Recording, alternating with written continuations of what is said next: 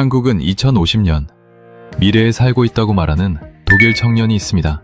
이 청년은 서울에서 넉 달을 보내고 이런 말을 했어요. 베를린이 후진국처럼 느껴지기 시작했다고. 도대체 한국에서 무엇을 보았길래 그는 귀국 항공권까지 미룬 걸까요? 한국이 미래에 살고 있는 5가지 이유, 지금 바로 공개합니다. 시작 전 구독과 좋아요 한번 눌러주시면 영상 제작에 큰 힘이 됩니다. 감동이방 오늘의 이야기 시작하겠습니다. 여러분, 2050년이 어떤 모습일 것 같으세요? 저는 이미 봤습니다. 비행기 타고 14시간, 서울에 오면 됩니다. 안녕하세요. 저는 루카스 프란트입니다. 베를린 자유대학교 경제학과 4학년, 25살입니다. 제가 한국행을 결정했을 때 주변 반응은 솔직히 말하면 그다지 열정적이지 않았습니다. 룸메이트 야는 제 얼굴을 보더니 대뜸 이렇게 말했습니다. 한국? 삼성이랑 BTS 나라 아니야? 교수님은 좀 더 점잖게 표현하셨지만 결국 같은 뜻이었습니다. 교환학생이면 미국이나 영국을 가야 스펙이 되지 않겠나? 부모님은 지도를 꺼내 한반도 위치를 다시 확인하셨고, 어머니는 거기 전쟁 안 나? 라고 진지하게 물으셨습니다. 저도 처음엔 거창한 기대가 있었던 건 아닙니다. 연세대학교 교환학생 프로그램에 지원한 건 솔직히 말하면 경쟁률이 낮을 거라 생각했기 때문이고, 한국 드라마 몇 편 본 게 전부였습니다. 한국어는 독학으로 1년 정도 했는데 그것도 드라마 대사 따라하는 수준이었으니까요. 제가 알고 있던 한국이라는 나라는 그 정도였습니다. 김치, 삼성, K-팝, 거기서 더 나아가지 못했습니다. 그런데 인천공항에 내리는 순간 뭔가 이상했습니다. 독일에서 비행기를 타본 분들은 아시겠지만 프랑크푸르트 공항을 나서면 일단 표지판부터 찾아야 합니다. 어디로 가야 하는지, 어느 터미널인지, 짐은 어디서 찾는지. 공항이 크면 클수록 길을 잃기 쉽습니다. 저도 몇 번 헤맨 적이 있습니다. 그런데 인천공항은 달랐습니다. 입국장을 빠져나오자마자 흐름이 자연스럽게 이어졌습니다. 사람들이 어디로 가야 할지 고민하는 시간이 없었습니다. 표지판이 정확한 위치에 있었고 동선이 마치 누군가 미리 계산해둔 것처럼 이어졌습니다. 나중에 알게 된 사실이지만 인천공항은 세계 공항 서비스 평가에서 수년째 최상위권을 유지하고 있습니다. 그때는 그런 배경 지식도 없었는데 몸이 먼저 알아챘습니다. 아, 여기는 뭔가 다르게 설계되어 있다고. 공항철도를 타고 서울 도심으로 들어가는 게 저는 창밖을 멍하니 바라봤습니다. 독일의 유반, 그러니까 지하철을 생각해보면 베를린 지하철은 역사가 깊고 나름의 매력이 있습니다만 솔직히 낡았습니다. 좌석이 찢어진 채로 몇 달씩 방치되는 경우도 있고 에스컬레이터가 고장나 계단만 써야 하는 역도 꽤 됩니다. 연착은 일상입니다. 베를린 시민들은 지하철 연착에 너무 익숙해서 불평도 잘 안 합니다. 그냥 그런 거라고 받아들이는 거죠. 서울 지하철은 달랐습니다. 우선 조용했습니다. 독일 지하철 특유의 덜컹거림이 없었습니다. 좌석은 깨끗했고 노약자석은 색깔로 구분이 돼 있었습니다. 역마다 스크린 도어가 설치돼 있어서 승강장에서 선로로 떨어지는 사고 자체를 구조적으로 막아뒀습니다. 베를린 지하철에는 아직도 스크린 도어가 없는 역이 많습니다. 저도 그걸 당연하게 생각하며 살아왔는데 서울 지하철을 보고 나서야 이게 없는 게 이상한 거구나 라는 생각이 처음으로 들었습니다. 연세대 기숙사에 짐을 풀고 처음 며칠은 그냥 돌아다녔습니다. 수업 시작 전 일주일을 일부러 비워뒀거든요. 지도 앱 하나 들고 목적지 없이 서울 곳곳을 걸었습니다. 홍대 앞 골목, 신촌거리, 한강공원. 걸으면서 계속 뭔가를 발견했습니다. 사소한 것들이었지만 하나씩 쌓이기 시작했습니다. 버스 정류장 벤치에 처음 앉은 건 신촌 쪽에서 버스를 기다릴 때였습니다. 7월 초였고 베를린에서는 상상하기 어려운 습도였습니다. 땀이 흘러내렸고 금일을 찾아 정류장 벤치에 걸터앉는 순간 뭔가 이상한 감각이 올라왔습니다. 차가웠습니다. 벤치 위쪽에서 바람이 나오고 있었습니다. 저는 반사적으로 일어나서 벤치를 한 바퀴 돌아봤습니다. 냉방장치가 내장돼 있었습니다. 버스 정류장 벤치에. 그 순간 저는 베를린 친구 얀한테 메시지를 보내십니다. 야, 여기 버스 의자에서 에어컨 나와. 답장은 3글자였습니다. 말도 안 돼. 저도 그 말이 맞다고 생각했습니다. 그런데 이건 시작에 불과했습니다. 신촌 버스 정류장에서 그 냉기를 처음 느꼈을 때 저는 솔직히 고장난 뭔가에서 바람이 새는 줄 알았습니다. 벤치를 손으로 더듬어 보고 아래쪽을 들여다보고 옆면을 확인했습니다. 주변에 있던 한국인 아주머니 한 분이 그런 저를 신기하다는 듯 바라보셨습니다. 외국인이 벤치를 해체하려는 것처럼 보였을 겁니다. 그런데 진짜였습니다. 벤치 등받이 위쪽에 작은 슬릿이 있었고 거기서 냉기가 일정하게 흘러나오고 있었습니다. 냉방 기능이 내장된 스마트 벤치였습니다. 독일에서 여름 버스를 기다려본 분들은 이 상황이 얼마나 다른 건지 바로 아실 겁니다.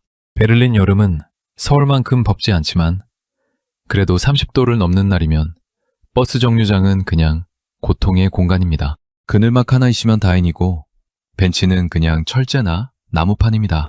오래 앉아 있으면 등이 뜨겁습니다. 그게 당연한 거였습니다. 저는 25년을 그렇게 살았고 한 번도 이상하다고 생각하지 않았습니다. 서울은 그 당연함을 건드렸습니다. 나중에 찾아보니 서울시가 폭염 대책의 일환으로 주요 버스 정류장에 냉방, 스마트 벤치를 보급하기 시작한 것이 꽤 됐더군요. 시민들이 대중교통을 기다리는 시간, 그 짧은 시간조차 불쾌하지 않도록 설계한 겁니다. 처음엔 단순히 신기한 기술이라고 생각했습니다. 그런데 생각할수록 이건 기술의 문제가 아니었습니다. 이 벤치 하나에 담긴 건 결국 사람이 기다리는 시간을 어떻게 볼 것인가 라는 질문이었습니다. 버스를 기다리는 3분, 5분, 그 시간을 낭비로 볼 수도 있고 설계의 대상으로 볼 수도 있습니다. 서울은 후자를 선택한 겁니다. 독일에도 스마트시티 논의는 활발합니다. 베를린, 함부르크, 뮌헨 모두 스마트시티 프로젝트를 진행 중이고 관련 예산도 상당합니다. 정부 보고서도 나오고 학술 컨퍼런스도 열립니다. 저도 경제학도로서 그런 자료들을 꽤 읽어봤습니다. 그런데 그 논의들은 대부분 데이터, 플랫폼, 연결성 같은 개념들을 중심으로 돌아갑니다. 정작 시민이 매일 앉는 벤치를 어떻게 만들 것인가, 버스를 기다리는 3분을 어떻게 설계할 것인가 하는 질문은 잘 나오지 않습니다. 거창한 미래를 논의하는 동안 서울은 이미 벤치부터 바꿔놓고 있었던 겁니다. 정류장 자체도 달랐습니다. 단순히 벤치만의 이야기가 아니었습니다. 서울 버스 정류장 상당수에는 디지털 안내판이 설치돼 있어서 버스가 몇 분 후에 도착하는지 실시간으로 표시됩니다. 그리고 그게 정확합니다. 독일 버스 앱을 써보신 분들은 아시겠지만 베를린 버스 도착 정보는 예정일 뿐입니다. 실제로 그 시간에 오는 경우가 절반도 안 됩니다. 5분 후라고 떠 있으면 10분을 기다려야 하는 경우가 다반사고 심할 때는 버스 자체가 취소되기도 합니다. 저는 그것도 당연하게 여기며 살았는데 서울에서는 안내판에 3분 후 도착이라고 뜨면 진짜 3분 후에 버스가 왔습니다. 처음 며칠은 그게 신기해서 일부러 시간을 재봤습니다. 매번 낮았습니다. 기숙사 근처 버스 정류장을 자주 이용하면서 저는 한 가지 이상한 습관이 생겼습니다. 조금 일찍 나가는 겁니다. 버스를 놓칠까봐가 아니었습니다. 그 벤치에 좀 더 앉아있고 싶어서였습니다. 냉기가 등줄기를 타고 올라오는 그 감각이 하루를 버티는 작은 위안이 됐습니다. 룸메이트 민준이 왜 항상 일찍 나가냐고 묻기에 사실대로 말했더니 웃음을 참지 못했습니다. 그것 때문에 일찍 나와요. 루카스 씨, 완전 한국 사람 다 됐네요. 그러다 문득 궁금해졌습니다. 겨울엔 어떨까? 그날 밤 유튜브를 뒤졌습니다. 영상이 꽤 있었습니다. 겨울철 스마트 벤치를 직접 촬영한 영상들이었는데 좌석 아래에서 열이 올라오는 온열 방식으로 작동해 앉은 자리에서 바로 온기가 느껴진다는 내용이었습니다. 댓글에는 출근길 버스 기다리면서 여기 앉으면 안 떠나지고 싶다는 말이 가장 많았습니다. 저는 그 댓글을 보면서 피식 웃었습니다. 완전히 이해가 됐으니까요. 그날 노트를 꺼냈습니다. 경제학도로서의 직업병 같은 건데 저는 뭔가 인상적인 걸 보면 메모를 합니다. 그날 적은 문장은 이겁니다. 서울은 작은 것에 돈을 씁니다.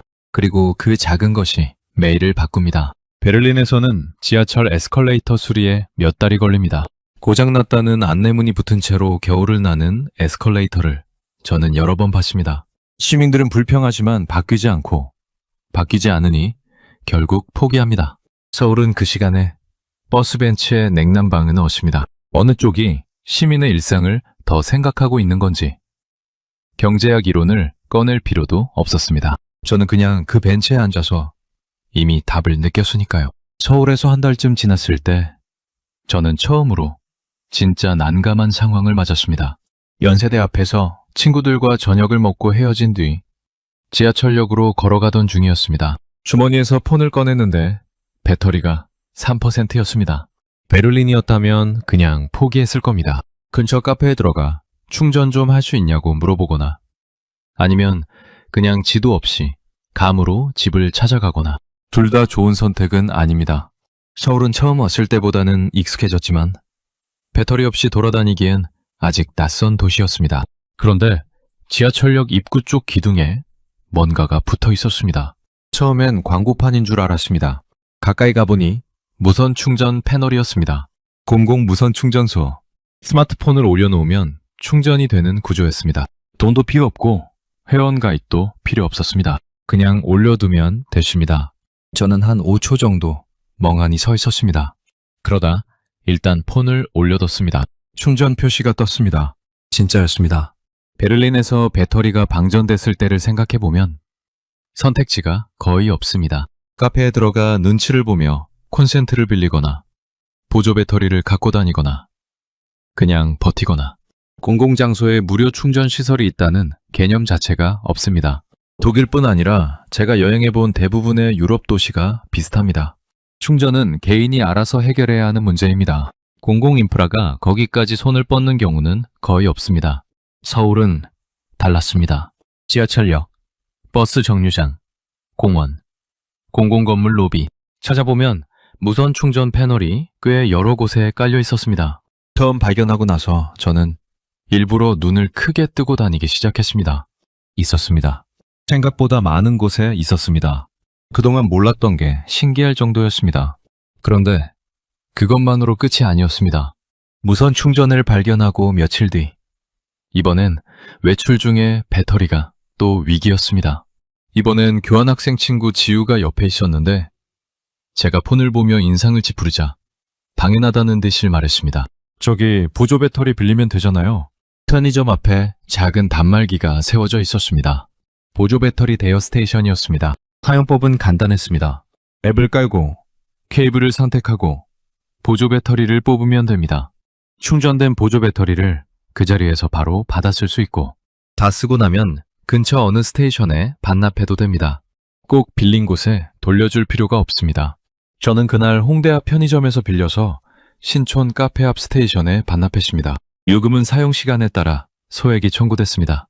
독일에도 비슷한 서비스가 없는 건 아닙니다. 일부 공항이나 쇼핑몰에 보조 배터리 대여 기기가 있는 경우가 있습니다. 그런데 촘촘하지 않습니다. 특정 장소에만 있고 반납 장소도 제한적이고 서비스가 안정적으로 운영되는 곳을 찾기가 쉽지 않습니다. 서울은 달랐습니다. 편의점 앞, 카페 앞, 지하철역 안, 스테이션이 도시 전체에 퍼져 있었습니다. 반납 걱정 없이 빌릴 수 있다는 게 이 서비스를 실제로 쓸 수 있는 것으로 만드는 결정적인 차이였습니다. 그날 지우에게 물었습니다. 이거 언제부터 있었어요? 지우는 잠깐 생각하더니 대답했습니다. 글쎄요. 대학교 들어오고 나서 생긴 것 같은데요. 언제부턴가 그냥 있더라고요. 지우에게는 그냥 원래 있던 거였습니다. 언제 생겼는지도 모를 만큼 일상에 녹아든 인프라. 저는 그 태어남이 오히려 더 인상적이었습니다. 무선 충전과 보조 배터리 대여. 따로 보면 작은 편의 시설입니다. 그런데 이 둘이 도시 곳곳에 깔려 있다는 건 결국 이 도시가 시민의 스마트폰 배터리까지 책임지겠다는 태도를 갖고 있다는 뜻입니다. 과정이 아닙니다. 배터리가 방전된다는 건 현대인에게 단순한 불편함이 아닙니다. 길을 잃을 수도 있고 연락이 끊길 수도 있고 결제를 못할 수도 있습니다. 그 상황을 도시 인프라가 막아준다는 개념. 저는 그걸 서울에서 처음 경험했습니다. 베를린 친구 얀에게 이 얘기를 했더니 한참 조용하다가 이렇게 말했습니다. 그거 진짜요? 그냥 길에서 공짜로 충전이 돼? 제가 응이라고 답했더니 야는 딱 한마디를 했습니다. 말이 안 된다. 저도 처음엔 그랬습니다. 그런데 이제는 압니다. 말이 안 되는 게 아닙니다. 우리가 당연하다고 생각해온 것들이 사실은 당연하지 않았던 겁니다. 경제학을 공부하면서 제가 가장 흥미롭게 생각하는 개념 중 하나가 신뢰 자본입니다. 사회 구성원들 사이의 신뢰가 얼마나 쌓여 있느냐가 그 사회의 경제적 효율성을 결정한다는 이론입니다. 교과서에서 읽었을 때는 그냥 추상적인 개념이었습니다. 서울에 오기 전까지는요. 밤샘 과제가 많은 시기였습니다. 연세대 교환학생 프로그램은 생각보다 과제량이 상당했고 특히 중간고사 직전 몇 주는 거의 매일 새벽까지 도서관에 있었습니다. 그날도 새벽 1시가 넘어서야 기숙사로 돌아가는 길이었습니다. 배가 고팠습니다. 독일일이었다면 그냥 참고 잤을 겁니다. 새벽 1시에 문 여는 가게를 찾는다는 건 베를린에서도 쉽지 않은 일이니까요. 있다고 해도 케밥 가게 정도가 전부입니다. 그런데 골목 안쪽에 불이 켜진 곳이 있었습니다. 간판에 라면 그림이 그려져 있었습니다. 새벽 1시가 넘은 시각이었는데 불이 환하게 켜져 있었습니다. 문을 열고 들어갔습니다. 아무도 없었습니다. 정확히는 손님도 없고 직원도 없었습니다. 테이블 몇 개가 놓여 있었고 한쪽 벽면에는 라면 종류별로 자판기처럼 생긴 주문 기계가 있었습니다. 냄비와 가스버너가 테이블마다 세팅되어 있었고 계란이나 김치 같은 토핑은 셀프로 가져다 쓰는 구조였습니다. 계산은 기계로, 라면은 직접 끓여서 다 먹으면 그냥 나가면 됐습니다. 24시간 무인 라면 가게였습니다. 저는 한동안 가게 안을 둘러봤습니다. 카메라가 몇 대 있었습니다. 그게 전부였습니다. 직원 없이 카메라 몇 대와 손님들의 양심만으로 돌아가는 가게. 저는 그 구조가 처음엔 잘 이해되지 않았습니다. 독일에서라면 이런 가게는 하루도 버티기 어렵습니다. 누군가 돈을 안 내고 나갈 것이고 토핑을 과하게 가져갈 것이고 냄비를 망가뜨릴 겁니다. 그게 당연한 수순입니다. 그런데 서울에서는 이런 가게가 새벽 2시에도 아무 일 없이 돌아가고 있었습니다. 라면을 하나 골랐습니다. 신라면이었습니다. 기계에서 결제하고 냄비에 물을 끓이고 라면을 넣었습니다. 혼자 끓이는 새벽 라면이었는데 이상하게 마음이 편안했습니다. 아무도 눈치를 주지 않았고 서두를 필요도 없었습니다. 조용한 가게에서 혼자 라면을 먹으며 저는 계속 이 공간이 어떻게 가능한 건지 생각했습니다. 나중에 알아보니 한국에는 이런 무인 가게가 꽤 많았습니다. 라면 가게뿐만 아니라 무인 아이스크림 할인점, 무인 편의점, 무인 카페까지. 코로나 이후 급격히 늘었다고는 하지만 그 이전부터 이미 신뢰 기반의 무인 운영, 문화가 자리를 잡고 있었다는 걸 알게 됐습니다. 한국 사람들에게 물어보면 대부분 원래 그런 거 아니에요? 라고 답했습니다. 그게 당연한 풍경이었던 겁니다. 독일에도 무인 시스템은 있습니다. 마트 계산대 셀프 계산기, 기차역 무인 발권기. 그런데 그건 기계가 강제하는 무인입니다.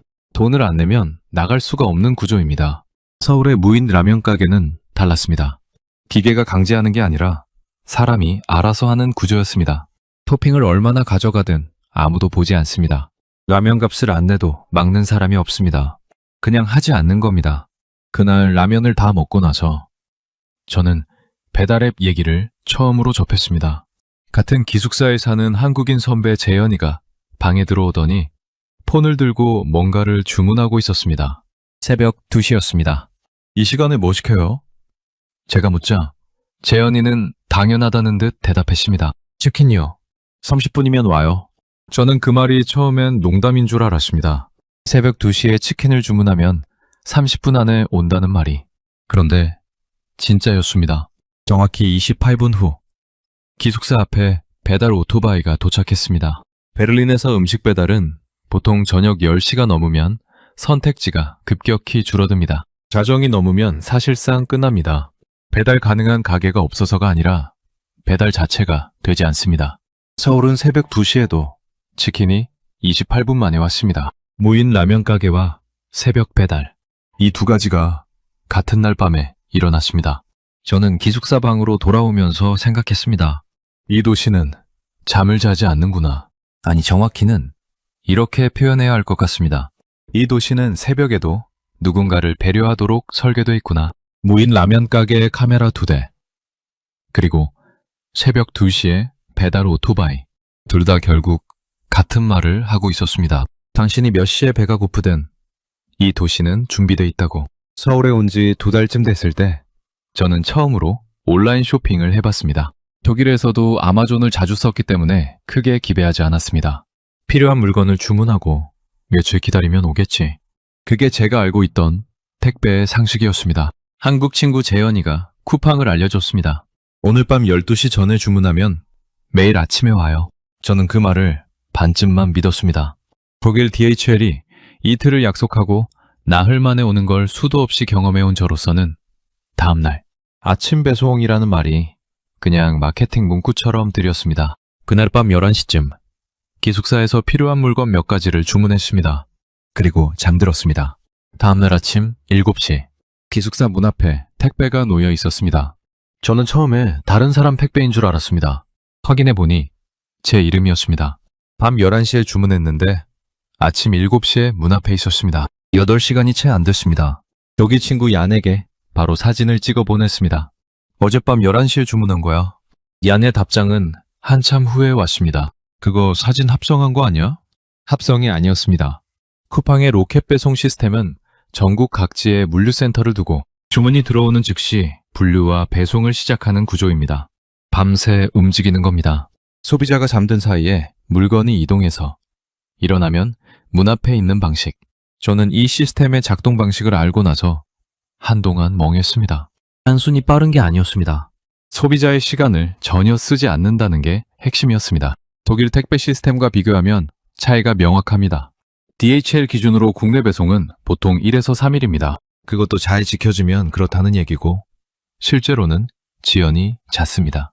배송 추적은 되지만 정확도가 낮아서 배송 중이라고 떠 있는 상태로 하루가 지나가는 경우도 있습니다. 부재중이면 재배송을 신청해야 하고 그 과정도 번거롭습니다. 독일 사람들은 그게 당연한 줄 알고 삽니다. 저도 그랬습니다. 서울에서는 달랐습니다. 택배 기사님이 몇 시에 도착하는지 앱으로 실시간 확인이 됐습니다. 부재중이면 경비실에 맡기거나 문 앞에 두고 사진을 찍어서 앱으로 알림을 보내줬습니다.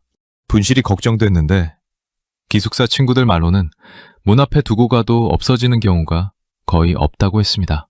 저는 그 말을 처음엔 과장이라고 생각했는데 실제로 몇 달을 지내면서 단 한 번도 택배가 없어지거나 잘못 온 적이 없었습니다. 새벽 배송 이야기도 빼놓을 수 없습니다. 마켓컬리나 쿠팡 로켓프레시 같은 서비스는 밤 11시 전에 주문하면 다음날 새벽 7시 전에 신선식품을 문 앞에 가져다 줍니다. 채소, 고기, 유제품까지 냉장 포장 상태로. 저는 이걸 처음 알았을 때 한국 친구에게 다시 한번 확인했습니다. 이거 진짜로 새벽에 오는 거예요? 식품이? 친구는 고개를 끄덕이며 말했습니다. 그러니까 장을 안 봐도 되잖아요. 그 말이 핵심이었습니다. 장을 안 봐도 된다. 마트에 갈 시간이 없는 직장인도 새벽에 일어나면 문 앞에 신선한 재료가 있습니다. 독일에서 신선식품 새벽 배송이라는 개념은 아직 일반적이지 않습니다. 일부 대도시에서 시도되고 있지만 품목도 제한적이고 가격도 비쌉니다. 서울은 이미 그게 일상이었습니다. 연세대 근처 편의점에서 아르바이트를 하는 교환학생 친구 에밀리가 한 번은 이런 말을 했습니다. 한국 사람들은 기다리는 걸 진짜 못 참는 것 같아. 그런데 신기한 건 그래서 시스템이 더 좋아진 것 같기도 해. 저는 그 말이 꽤 정확하다고 생각했습니다. 빨리빨리 문화라고 불리는 한국의 특성이 단순한 성격의 문제가 아니라 실제로 인프라와 서비스의 수준을 끌어올리는 동력이 됐다는 것. 소비자가 더 빠른 것을 원하니까 기업이 더 빠른 시스템을 만들고 그 시스템이 다시 일상의 기준을 바꿉니다. 저는 서울에서 택배를 받으면서 처음으로 이런 생각을 했습니다. 편리함에도 수준이 있구나. 독일의 택배도 편리합니다. 그런데 서울의 택배는 그 편리함이 다른 차원에 있었습니다. 시간을 아껴주는 정도가 아니라 시간이라는 개념 자체를 다르게 다루고 있었습니다. 밤새 움직여서 아침에 문 앞에 놓는 시스템. 그건 단순한 물류가 아니라 사람의 하루를 설계하는 방식이었습니다. 서울에서 생활한 지 석 달쯤 됐을 무렵 저는 걷는 방식이 바뀌었다는 걸 깨달았습니다.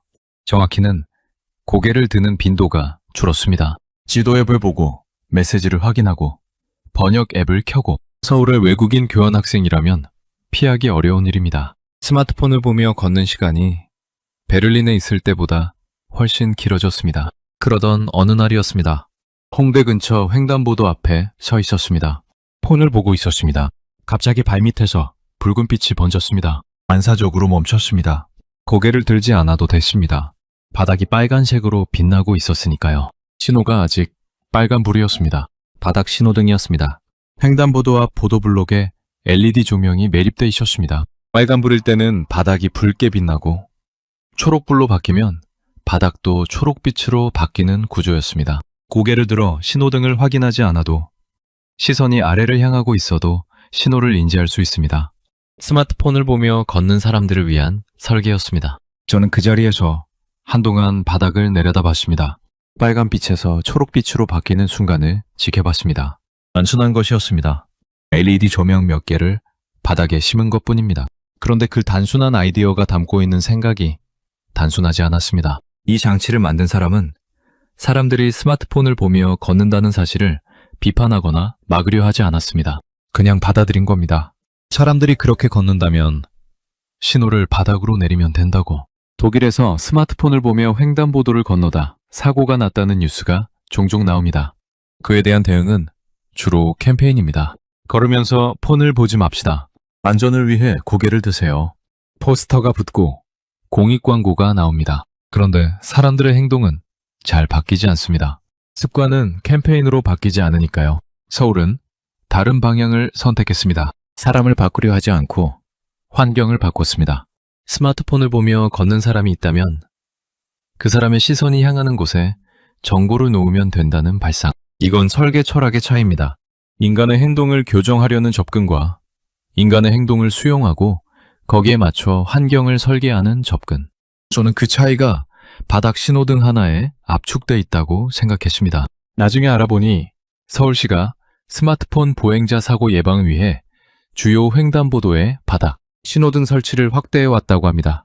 처음 도입됐을 때는 낯설다는 반응도 있었지만 지금은 시민들에게 자연스러운 풍경이 됐다고 했습니다.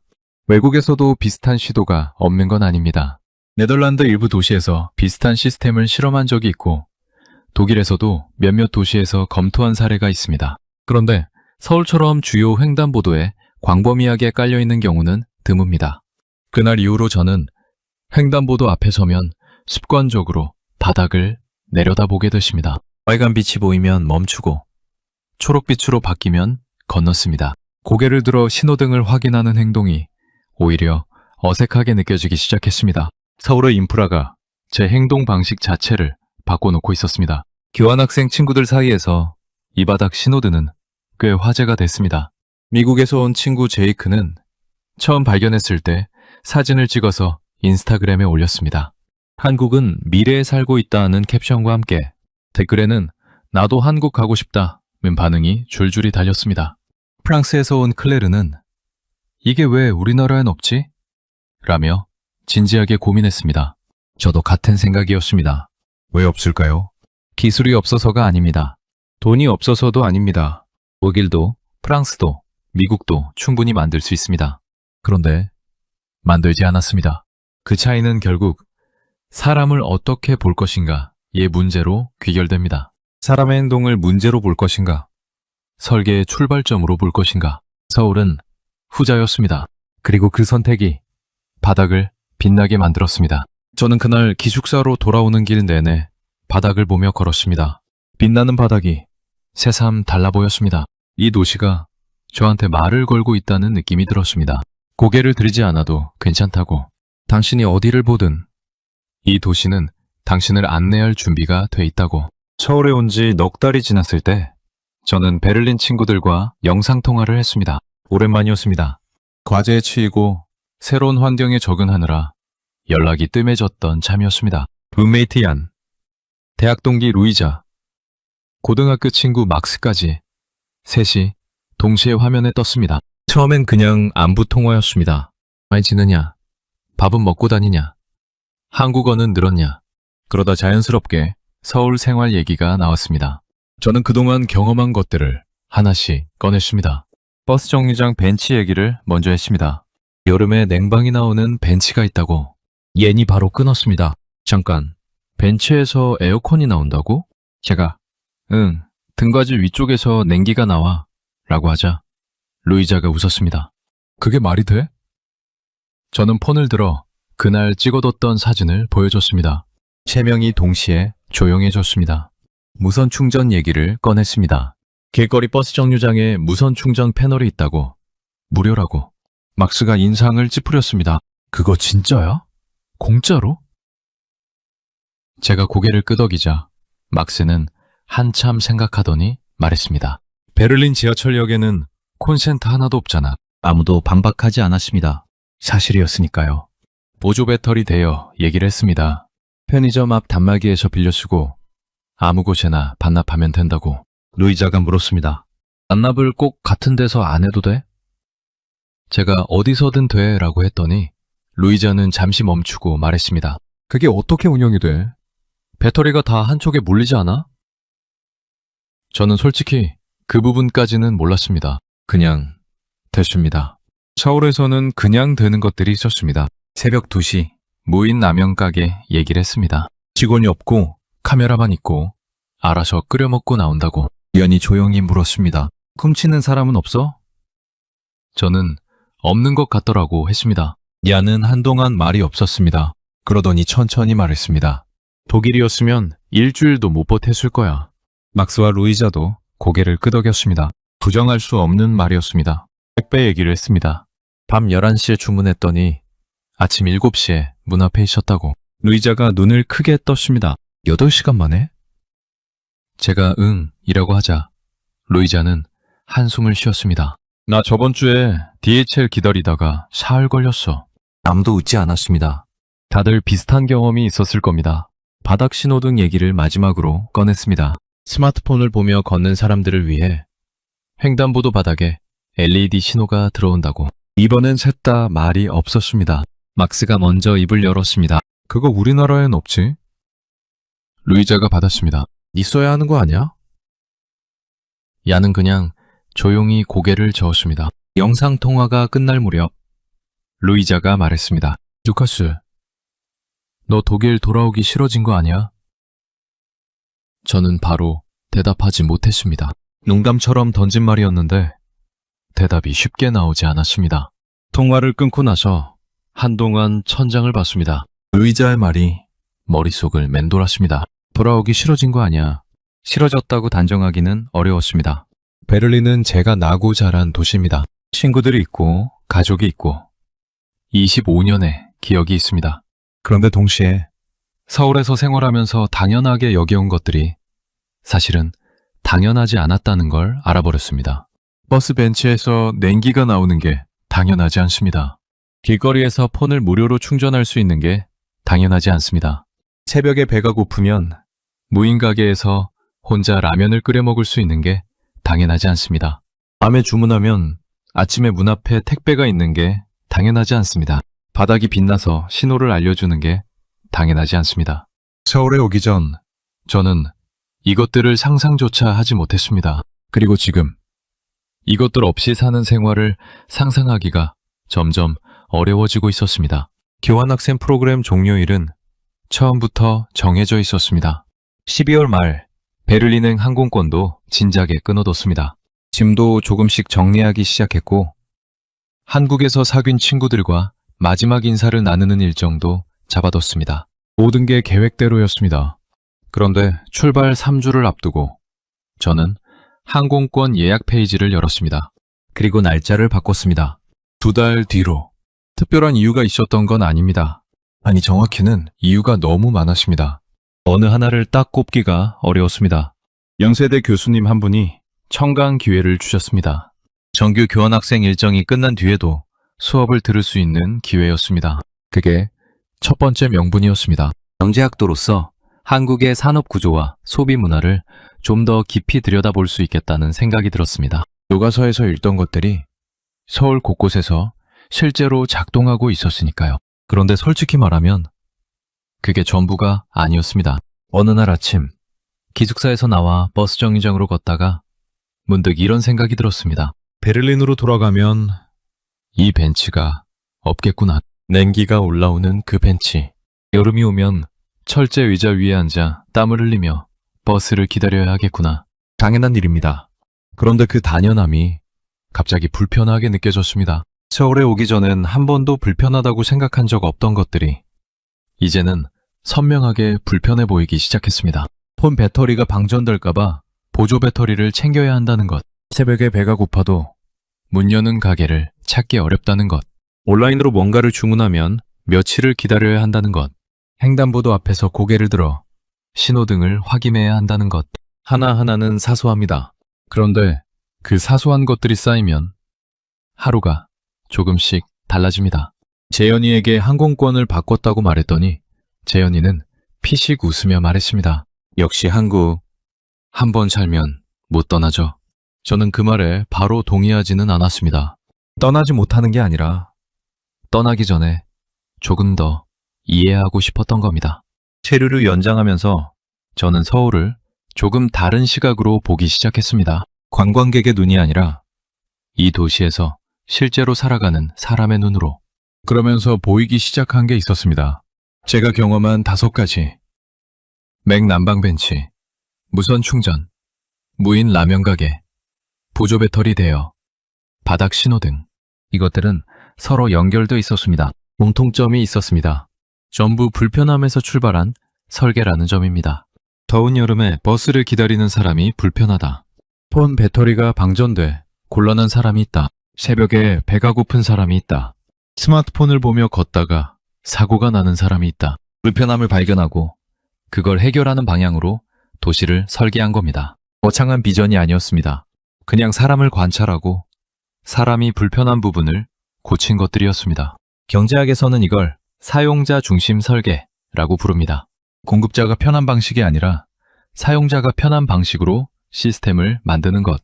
저는 이 개념을 교과서에서 읽었을 때 그냥 그러려니 했습니다. 서울에서 살고 나서야 그게 실제로 어떤 모습인지 알게 됐습니다. 베를린으로 돌아가는 날, 인천공항에서 탑승을 기다리며 저는 노트를 꺼냈습니다. 서울에 온 첫날부터 써온 노트였습니다. 마지막 페이지에 한 문장을 적었습니다. 한국은 2050년에 살고 있는 게 아닙니다. 한국은 지금 이 순간의 사람들을 위해 설계된 나라입니다. 2050년이 어떤 모습일지 저는 모릅니다. 그런데 서울에서 살면서 하나는 알게 됐습니다. 미래는 기술이 만드는 게 아니라는 것. 사람을 관찰하고 사람의 불편함을 해결하려는 의지가 쌓여서 만들어진다는 것. 그리고 그 의지가 도시 곳곳에 녹아있는 나라가 지금 이 순간 세계에서 가장 앞서 있다는 것. 저는 항공권을 다시 한번 봤습니다. 2달 뒤 베를린행. 충분한 시간이라고 생각했습니다. 아니 솔직히 말하면 충분하지 않을 수도 있겠다는 생각도 들었습니다. 여러분, 오늘의 이야기는 여기까지입니다. 버스 벤치 하나, 바닥에 작은 불빛 하나. 루카스가 놀란 건 화려한 기술이 아니었습니다. 사람을 먼저 생각하는 나라, 대한민국이었습니다. 여러분은 어떻게 생각하셨나요? 이 영상이 마음에 와닿으셨다면 댓글로 대한민국 최고 한번 남겨주시면 감사하겠습니다. 지금까지 감동의방이었습니다. 긴 영상 끝까지 시청해주셔서 감사합니다. 오늘도 건강한 하루 보내시길 바랍니다.